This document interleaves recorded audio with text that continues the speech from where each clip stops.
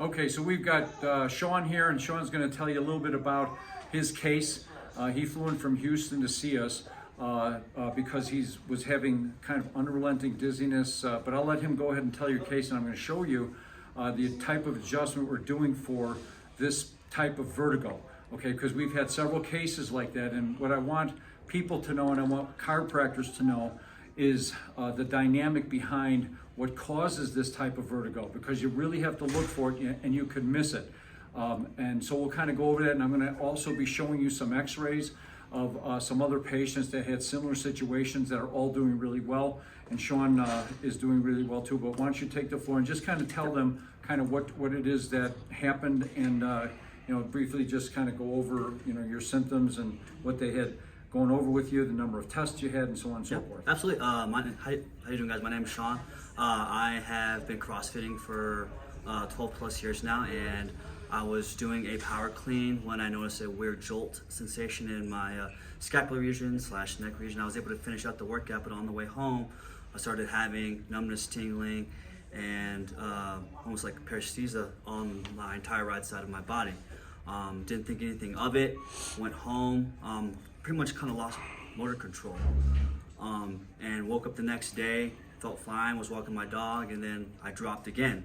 This time I went to the hospital. They ran MRIs, CAT scans, everything of my brain, and they couldn't find anything. Come to find out, about a year and a half later, I had suffered multiple strokes, but accompanied with that was long-term dizziness.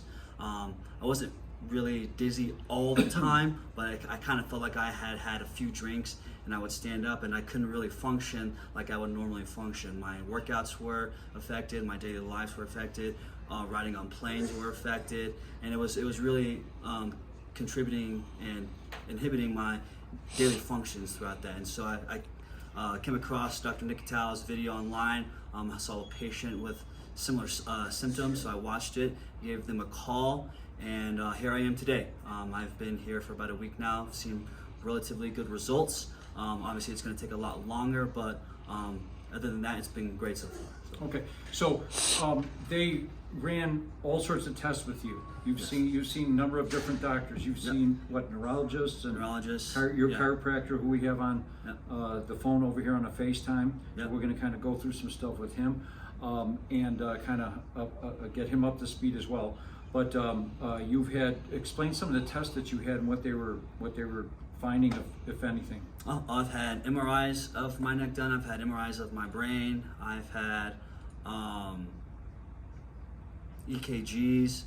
I've had echocardiograms to check for anything in my heart. I've had multiple angiograms, both of my brain and of my heart as well, and nothing was found. And so I was kind of at a loss of kind of what to do, and just so happened, kind of like I said before, kind of came across Dr. Nikitow's video. Yeah. And so here's what happened. So he sent me all these records. After I looked at all the records, there was one thing that nobody was really seeing, okay? And to go back just a step, being a CrossFit guy, him, not me, obviously. I CrossFit with patients. But being a CrossFit guy, see, he was doing a clean and jerk, which I'm familiar with because back in the day when I was an athlete, we would do those kind of things, playing football and so on and so forth. But when you do that type of motion, you're doing a clean and jerk, especially if it's a heavy weight, and he's a big guy, he's probably throwing a heavy weight, the skull jams and extends backward very quickly.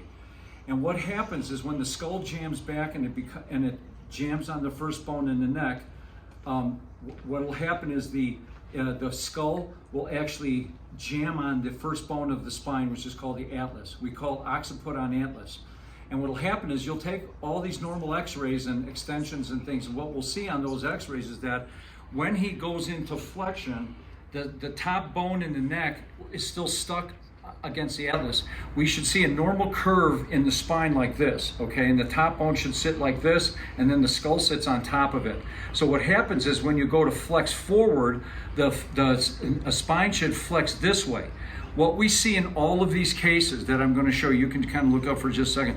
What we see in all these cases is that the neck, when it goes to flex, isn't flexing all the way, and the top bone, the atlas, is not coming away from the skull, and it's putting compression on what we call the brain stem.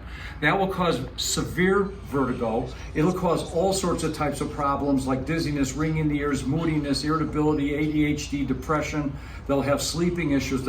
He was literally dysfunctional. And then when I talked to him, he was in Houston. I said, the only thing I can tell you to do is come over here. And then I'm going to show you the adjustment that we've been doing with cases like this. So if you have a chiropractor and you're having vertigo, a lot of times they'll adjust in the upper cervical spine. But the key to this one thing, like you'll see in this x-ray, where this girl that I had, her husband's actually a radiologist. Okay, nobody could figure out what was wrong with her. When I had her go into flexion, as you can see on this x-ray, okay, her neck was still in extension. So she was totally debilitated, and as her neck was in extension like that, okay, that she wasn't flexing, it wasn't flexing forward, so the top three bones were stuck in this extension, which causes severe vertigo and visual problems, all sorts of types of things. So I'm going to show you the adjustment that we do to this, because we have to lift the skull off of the atlas bone. And then once we free that, he also has his second bone in the neck rotated to the left. So that way we're going to make an adjustment on it as he is prone. You don't want to do any supine type of rotation or breaks or anything like that if you're a chiropractor. What you want to do is do the adjustment prone, so I'm going to show that to you now. So go ahead and lay down. And by the way, we just talked prior to doing this video, and I've only adjusted him like 3 times. Now normally I told him his case is going to take about 6 to 12 weeks to actually fix the problem. And already within the 3rd adjustment, this will be his 4th adjustment, he's had considerable lessening of his vertigo.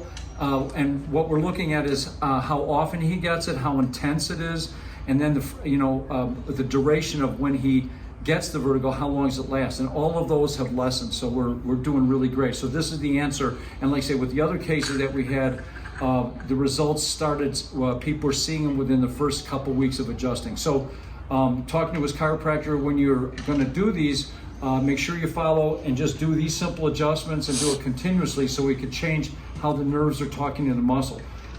Just a side note, chiropractors don't move bones into place. We trigger nerve receptors to signal the brain, which then comes back down and talks to has the brain signal a nerve to a muscle. So essentially, once we identify a pattern, if a patient's too far over to one side than the other, that means that nerve is overfiring to that side. So once we identify that, we can mirror image the input, so then the brain can start signaling the opposing nerve to talk to the muscle that'll pull the spine to place.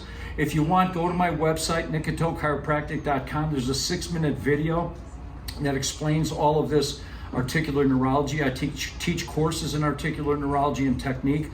So go to the video. It's a 6-minute video. It'll explain how this type of 3-dimensional coordinate system and how we actually fix these types of spines. So slide down just a little bit. So what I'm going to do is I'm going to cock the headpiece table. He's going to flex down just a little bit.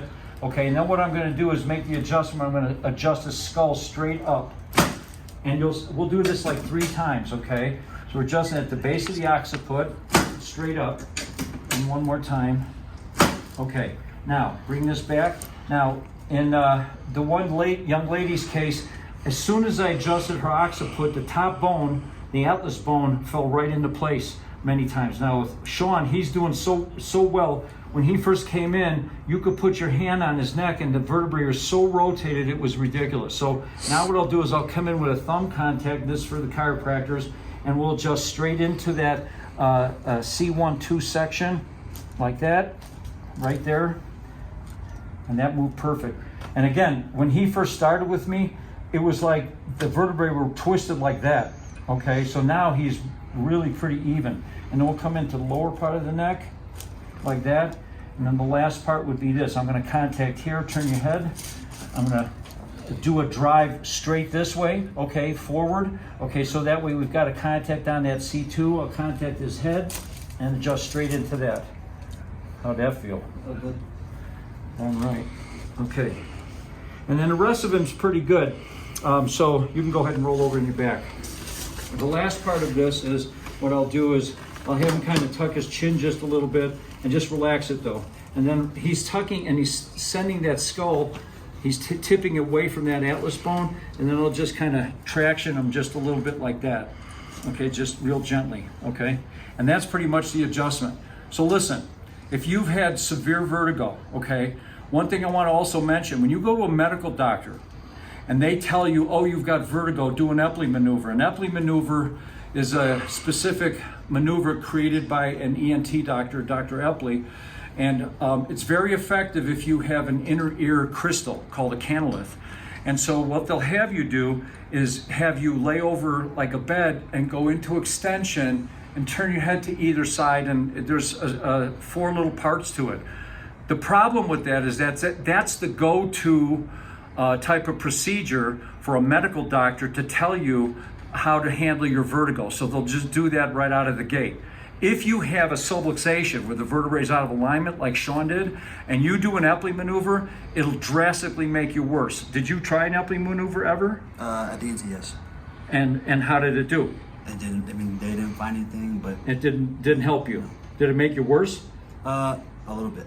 Yeah. So what happens is if the vertebrae is twisted and all of a sudden you go into extension and move your head to that way, you're going to throw that vertebrae further out of alignment. So be very careful. Our protocols are real simple. We identify, we do the x-rays, we do the flexion extension x-rays. We see exactly where the vertebrae are out of alignment, or what we call subluxated, and then we'll go ahead and adjust that. That's number one. If, however, the subluxation, once we're adjusting it, and C1 and 2 are usually the top ones, and then the skull is the other one that we have to check.